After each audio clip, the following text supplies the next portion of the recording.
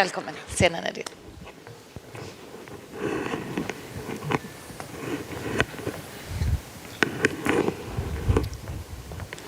Här har vi ett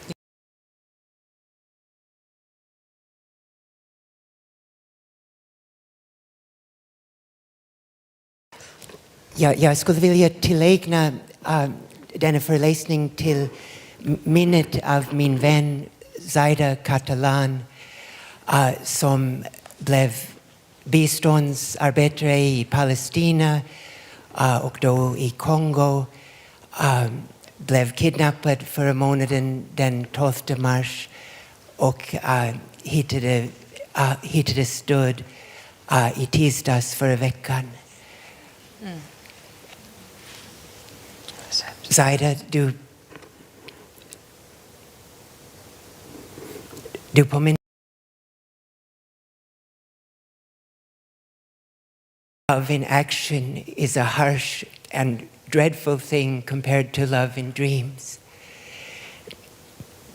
Kärlek i handling är en hård och fruktansvärd sak jämfört med kärlek i drömmar.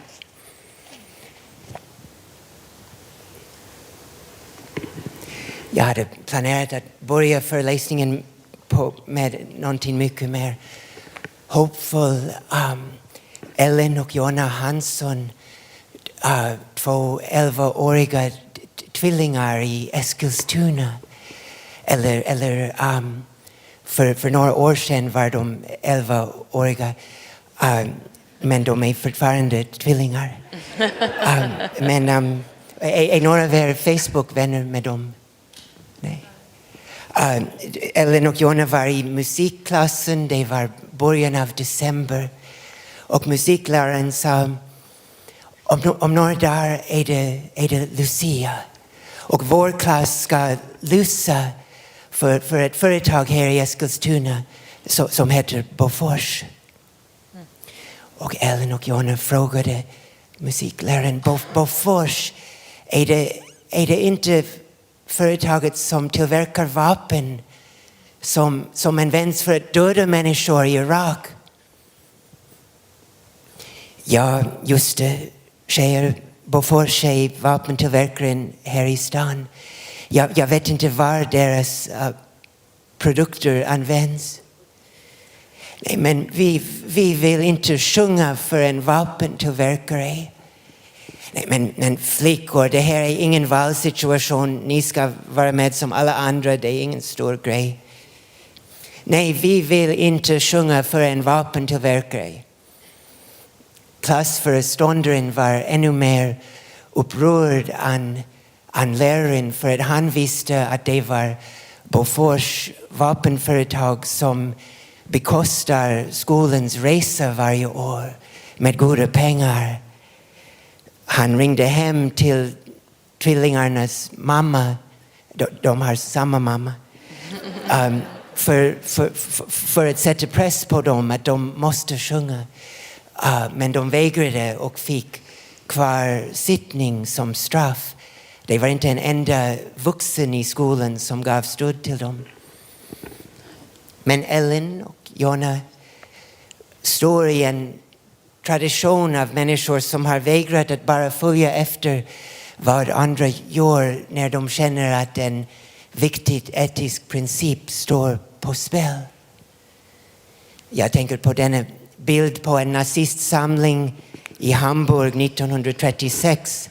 Alla har lyssnat till ett tal av en av Hitlers medarbetare och gör den nazistiska hälsningen. Eller inte exakt alla. Det finns minst en person som inte gör Hitler hälsningen. Jag tänker på civilkurage i vardagliga sammanhang såväl som i mer historiska sammanhang. Ni har följt Malala Yousafzais liv, hur hon var i Svartdalen i norra Pakistan vinter 2009 när talibanen började bomba skolor för flickor. I London var det producenter vid BBC som tyckte att en blogg skriven av en skolflicka i svart skulle vara lite som Anne Franks dagbok under andra världskriget. Frågade runt om det var någon som var beredd att skriva en sån blogg. Och det var bara Malala som ville göra det. Hon började med att skriva om en 11-årings tankar, som till exempel att talibanen hade slagit ned kabelnätet så att hon inte kunde se fortsättningen av sin favorit tv-drama Min drömprins kommer att gifta sig med mig. Hon skrev också om oro, citat. På väg hem från skolan, jag hörde en man som sa, jag ska döda dig. Jag gick snabbare. Till min stora lättnad såg jag att han pratade i mobilen och måste ha mordhotat någon annan. Gradvis blev det lugnare i Swat. Malala kände att hon kunde tala ut i media om talibanen, att hon kunde använda sitt riktiga namn i intervjuer. Vid denna tid var hon fortfarande orolig för sin pappas säkerhet, och hon beskriver detta i en intervju med New York Times webb-tv. Jag vill få tillgång till kunskapens värld, och hon undertecknade din lilla videostjärna, your small video star. Ni minns kanske den 9 oktober 2012. Malala hade skrivit en tenta om Koranen, var i skolbussen på väg hem, sjöng parstung folksånger med kamraterna. 2 beväpnade militanter stoppade bussen. En klev på, ropade, vilken av er är Malala? Säg till, annars dödar jag er alla.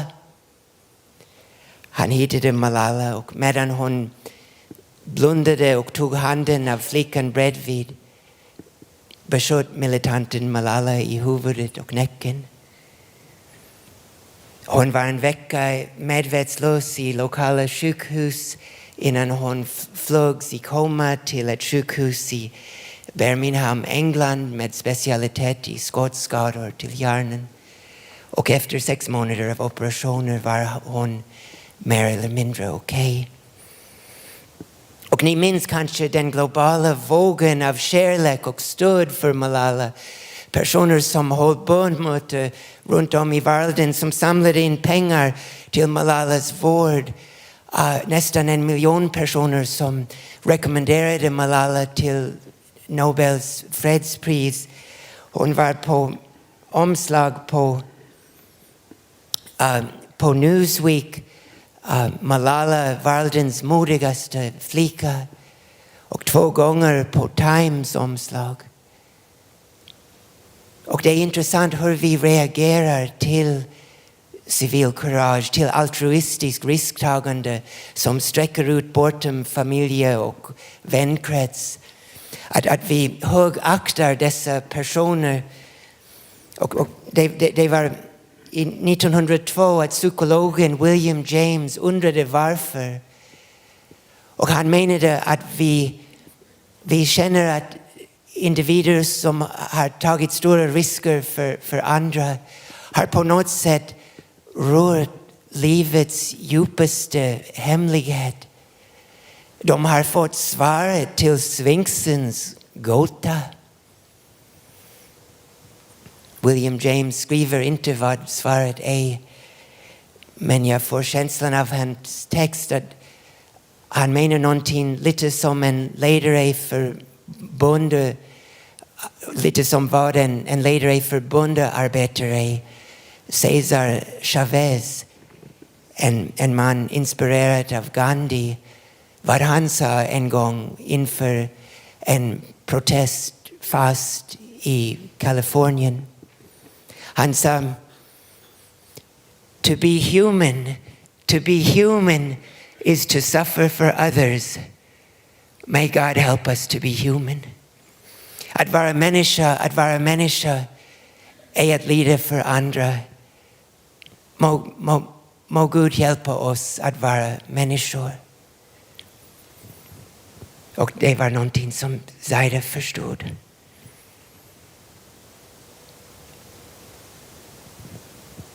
Jag tänker även på en annan som väckte så stark kärlek som Malala Sophie. Jag gissar att de flesta av er har läst en hel del om henne. Sophie som föddes i samma stad i Tyskland som Albert Einstein i Ulm. Som under 1930-talet var aktiv i Adolf Hitlers ungdomsförbund. Började studera filosofi och biologi i Munken vid universitetet. Hennes bror Hans var redan där. Gradvis fick de veta mer och mer om vad deras land, Hitlers Tyskland, gjorde 1942. Och bestämde sig att de måste göra motstånd. De skrev protestblad emot Hitler som de kopierade på en handvävd kopieringsapparat under nätterna. Skickade ut till adresser runt om i Munken utan avsändare adresser på kuvert. Gestapo var rasande. Hade tusentals agenter som sökte vem var det som skrev dessa protestblad. Hittade inte dem. Februari 1943. Sophie och Hans är i universitetshuset. De sätter hugg med exemplar av den sjätte protestblad i korridorerna. De tror att de är ensamma. En vakt ser dem, fångar dem, tar dem till rektorn och då till Gestapo. Och Sophie, 21 år gammal, och Hans, 25, blir avrättade, halshuggna.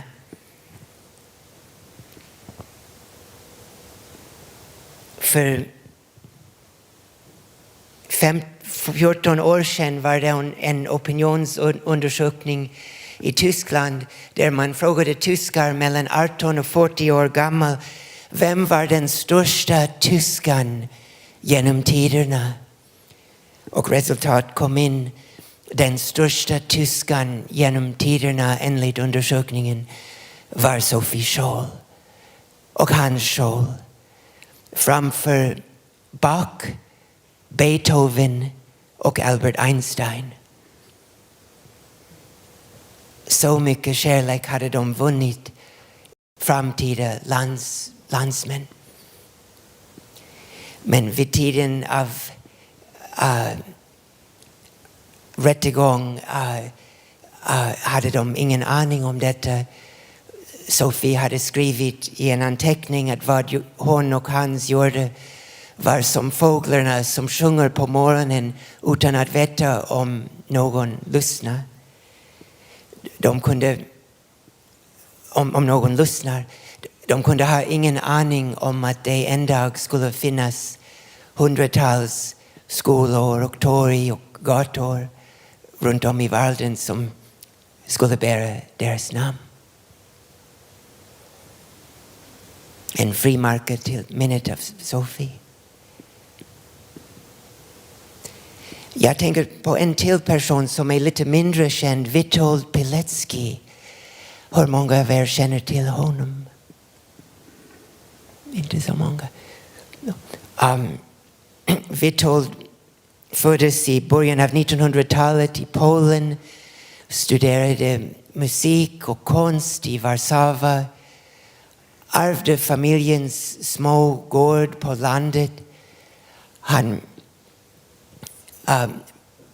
gifte sig och paret hade 2 barn. Och de hade ett idylliskt liv på landsbygden i Polen.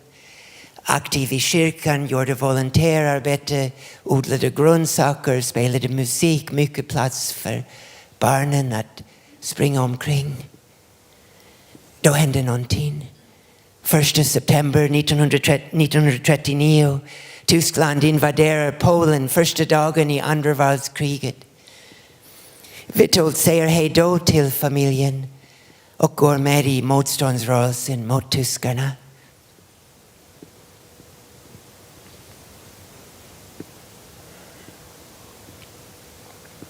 Efter 10 månader är det rykten som cirkulerar i Polen om en liten polsk stad som skulle bli känd för hela världen med dess tyskt namn, Auschwitz.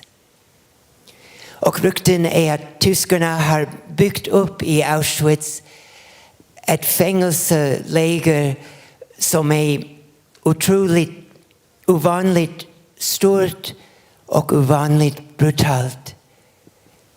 Men ingen vet detaljerna, det är bara rykte. Och Witold förstår att det skulle vara mycket användbart för den polska motståndsrörelsen och för alla dessa länder som kämpar mot Hitlers Tyskland att få veta exakt vad är på gång inom Auschwitz. Han bestämmer sig för att gå in. Hans plan är att smuggla ut meddelande från insidan av koncentrationslägret genom det polska motståndsrörelsens hemliga nätverk. Witold väntar tills en dag när tyskarna samlar politiska motståndare och några judar i Warszawas största torg. Och han går in i gruppen så att också han ska fängslas och skickas till Auschwitz. Och det är han. Efter några dagar kan han faktiskt smuggla ut ett första meddelande. Han skriver: en vakt blev sur på mig, slog mig i ansiktet med en metallstång.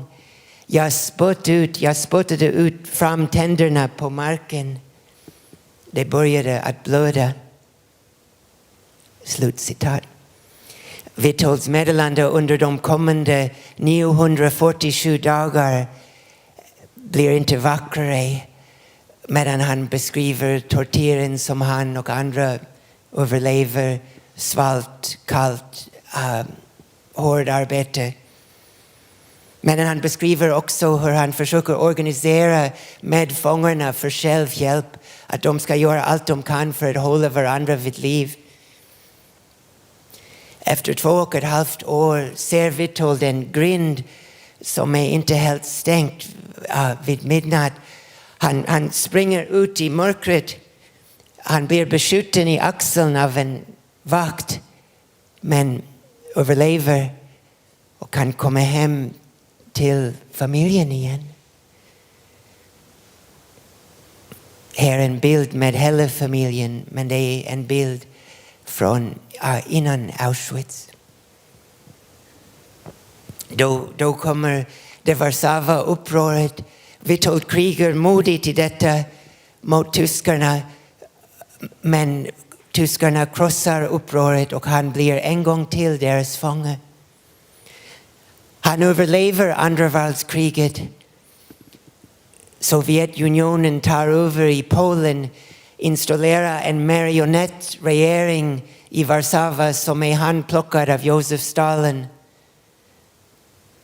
Witold kan inte acceptera detta. Han älskar sitt land, han älskar demokrati. Han bestämmer sig för att gå med i motståndsrörelsen en gång till. Nu mot sovjetisk styre i Polen. Efter 2 år blir han upptäckt, fängslad, torterad på ett sätt som han sa gjorde att Auschwitz kändes som ett barnlek. Och avrättades. Han blir avrättad 47 år gammal.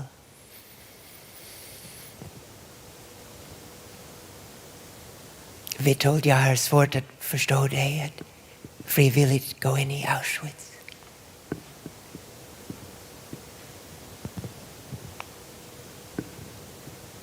det är nästan absurd, nästan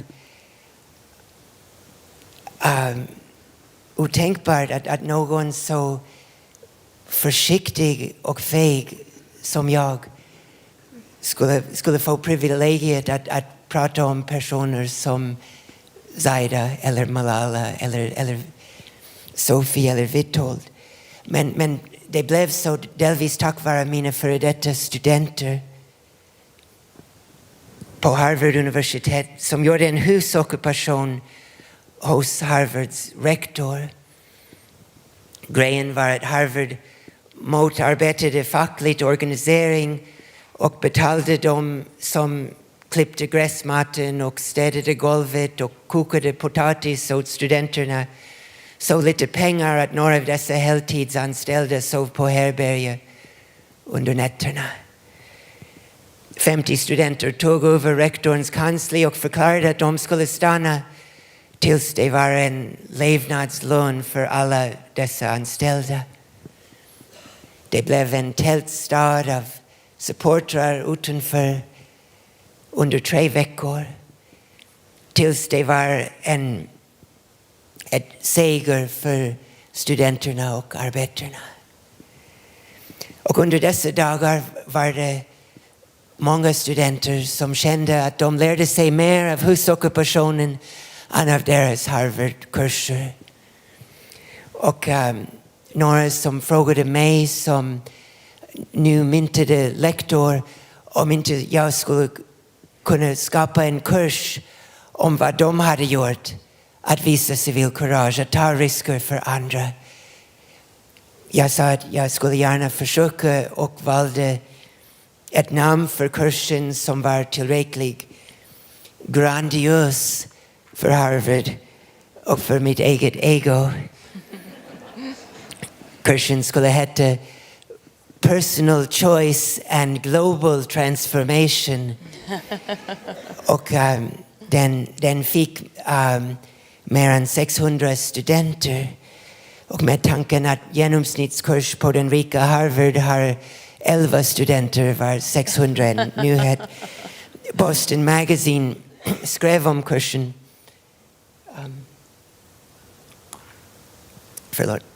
Skrev om kursen.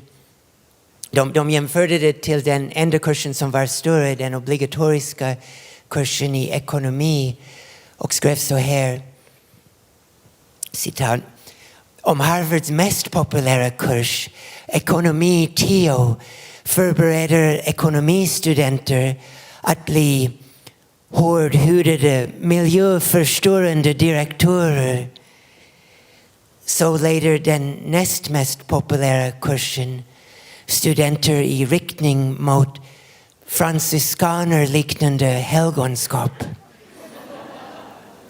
Kursen leds, fortsätter Boston Magazine, citat, av den smala, viskande och något munkliknande Brian Palmer. Och jag tänkte, hur fan fick journalisten få veta så mycket om mig, munkliknande? Men jag började kursen med en citat från Voltaire, den franska filosofen som var hemma i Paris den 1 november 1755.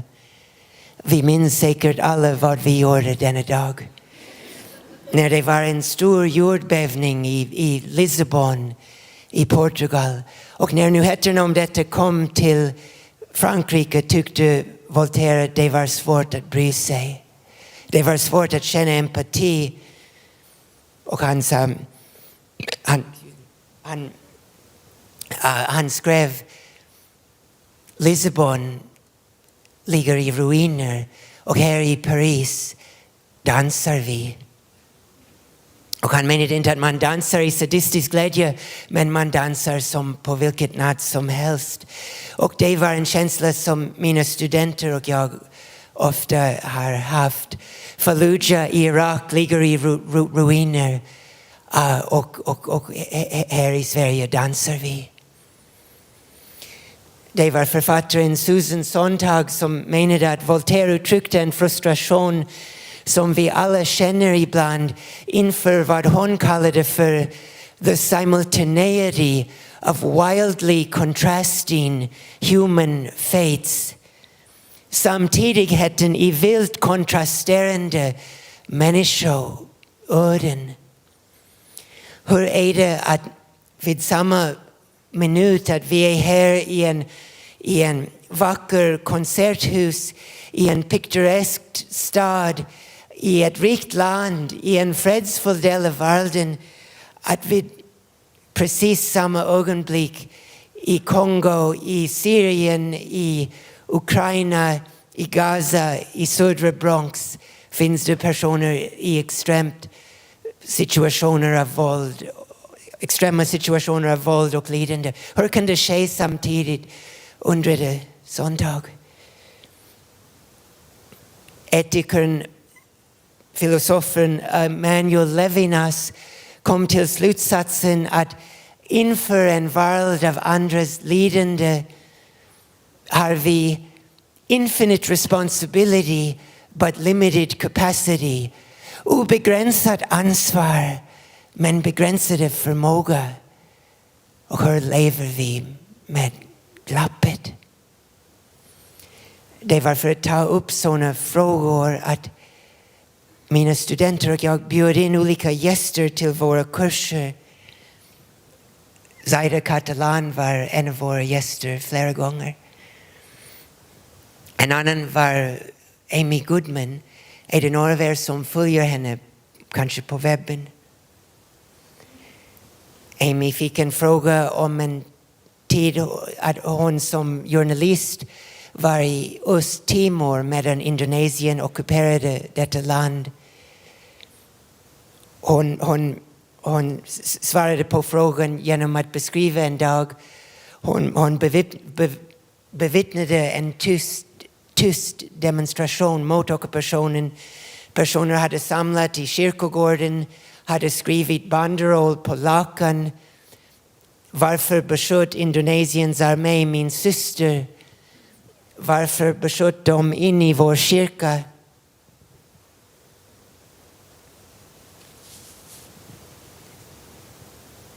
Amy såg ett stort antal indonesiska soldater springande mot demonstrationen med deras vapen beredda i händerna. Istället för att fly för sin egen säkerhet bestämde hon att försöka vara så synlig som möjligt. Hon höll upp sin mikrofon i luften som en flagga och stod framför demonstranterna med förhoppningen att soldaterna inte skulle öppna eld om de fick se en vit västerländsk journalist med mikrofon på plats.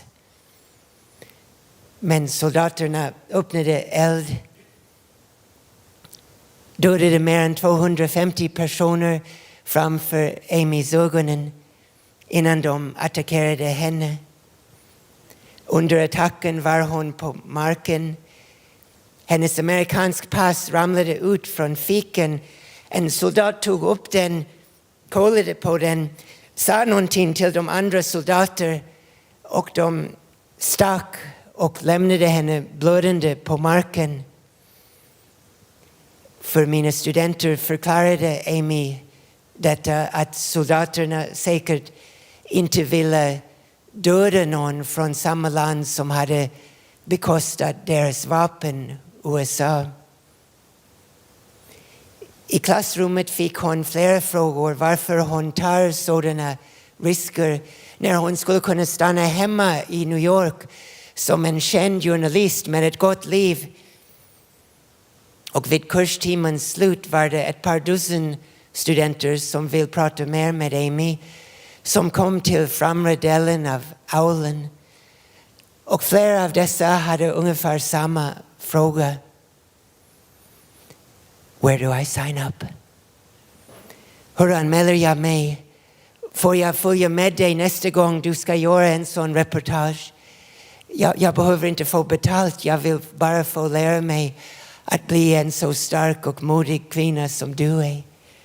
Vad borde jag studera om jag vill bli någon som du? Och vid detta ögonblick fick jag känslan att kurage kan vara nästan lika smittsam som rädsla. Vi vet att rädsla smittar, men att kurage också kan smitta.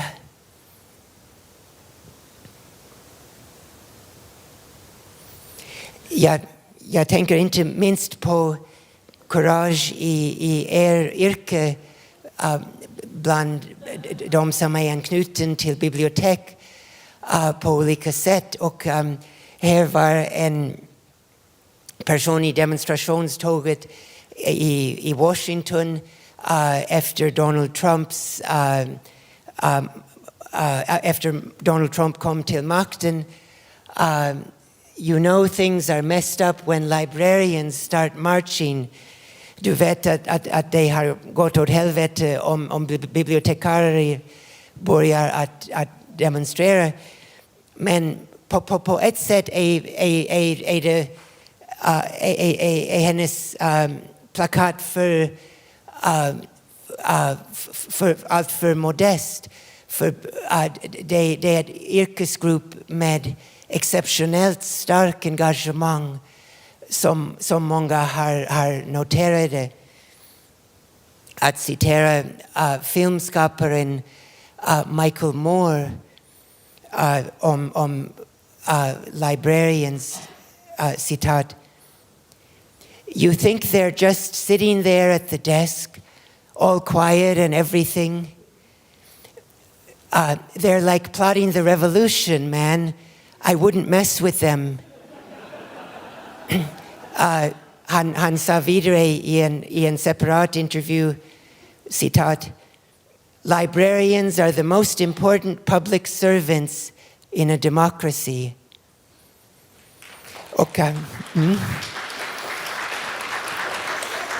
Och då var det Elaine Scarry, Harvards mest briljanta professor,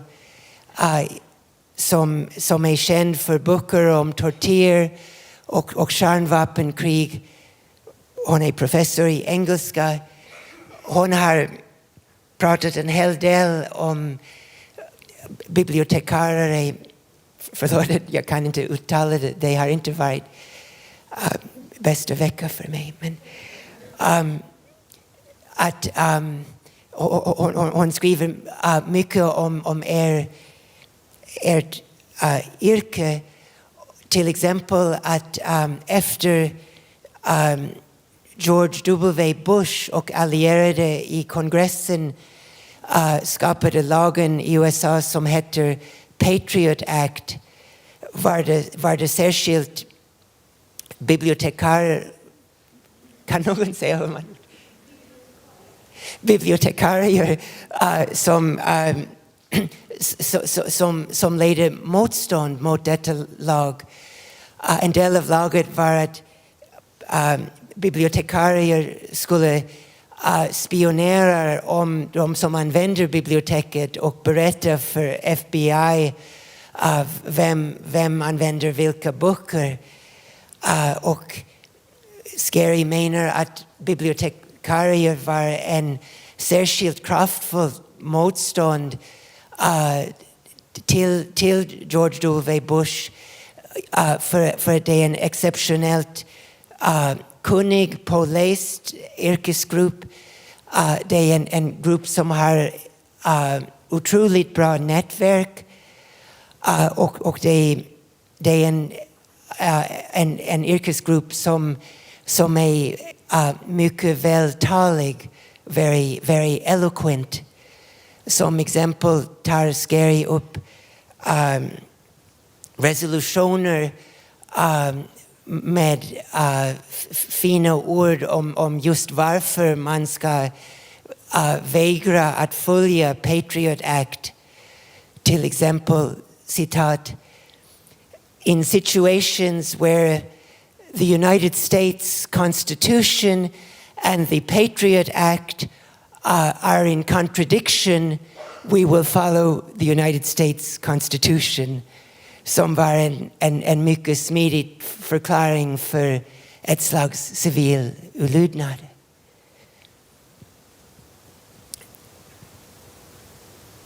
Vi pratar också i Sverige om civilkurage i situationer av gatuvåld. Och jag vill ta ett sådant exempel från min barndomsstad New York. En man attackerade en kvinna på tunnelbanan. Några personer försökte ingripa för att förhindra denna man från att attackera. Kvinnan försvarade sig själv mycket effektivt. Men mannen hotade att attackera en gång till. Och personer ingrep för att stoppa att det skulle vara en förnyad attack.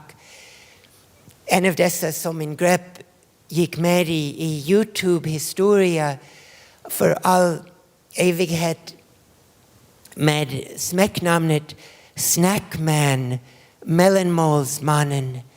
Och jag vill be er i klippet jag ska visa att försöka identifiera vem var Snackman. Ni såg att det var 3 personer som ingriper. Den kanske allra modigaste var kvinnan som direkt konfronterar gärningsmannen. Please get off this train. Det var den som berättar att han filmar och då var det Snackman själv som justerar hur han står för att blockera gärningsmannens väg medan han hela tiden fortsätter äta sin nachos. Och vi vet inte om han gjorde det för att skapa en stämning av lugn och normalitet. Jag bara äter. Eller om han var väldigt hungrig. Men på vilket fall som helst kan man säga att with great nachos comes great responsibility.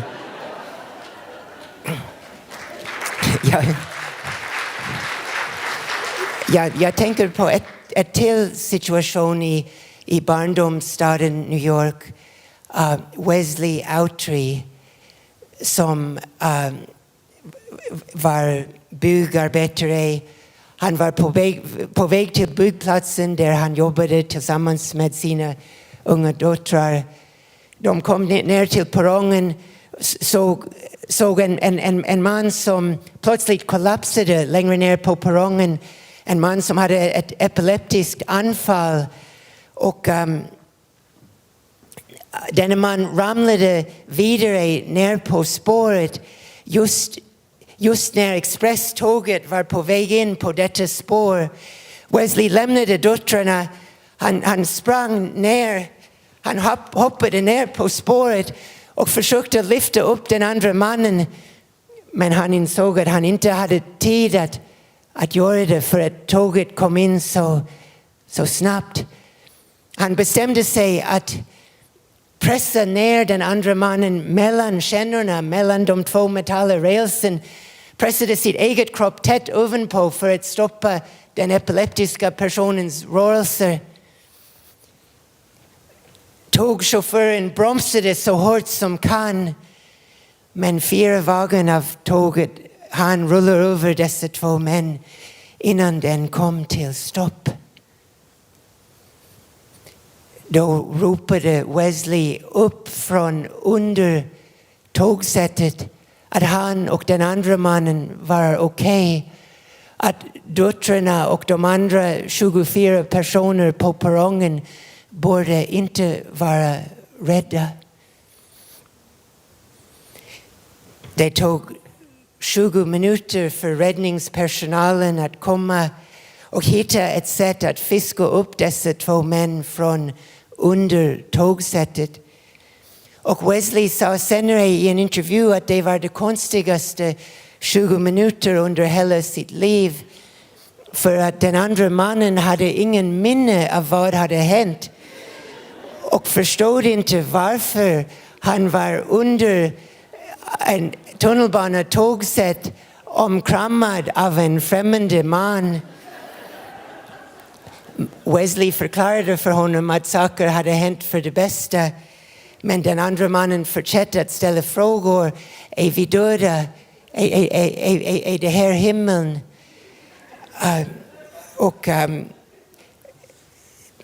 Jag råkade vara i New York då det var en våg av glädje i stan. Och i en intervju förklarade Wesley att det var relevant att han var byggnadsarbetare. För som sådant hade han en känsla för avstånd. Och han sa, när jag såg tåget på väg in, jag trodde att det skulle vara tillräckligt med plats under den för 2 stora killar. Men jag var inte alls säker. Här är en målning som en konstnär gjorde för att hylla Wesley. Och under de 2 timmar som jag har kvar i föreläsningen tänkte jag ta upp lite mer statistiska aspekter. Jag avrundar nära där vi började med Malala. Och här är en intervju där Malala berättar om vad är civilkurage för henne. Det är en intervju som hon gjorde innan hon blev beskjuten före attacken. Vad är det som vi får av dessa individer? För mig är en sak att i vår värld är det lätt att förlora hopp om mänskligheten. Att se förberedelser för kärnvapenkrig, att se graden av brutalitet i världen. Och att känna att för mig som socialantropolog att människosläktet är på något sätt en misslyckad experiment. Och vid dessa ögonblick av förtvivlan är det personer som Malala och Zaida, Sophie och Witold och Wesley som påminner mig och de många andra som agerar i samma anda utan att jag vet deras namn. De miljontals andra som påminner oss att det är fortfarande möjligt för människor att ljusa så magnifikt som Zaida Catalan gjorde.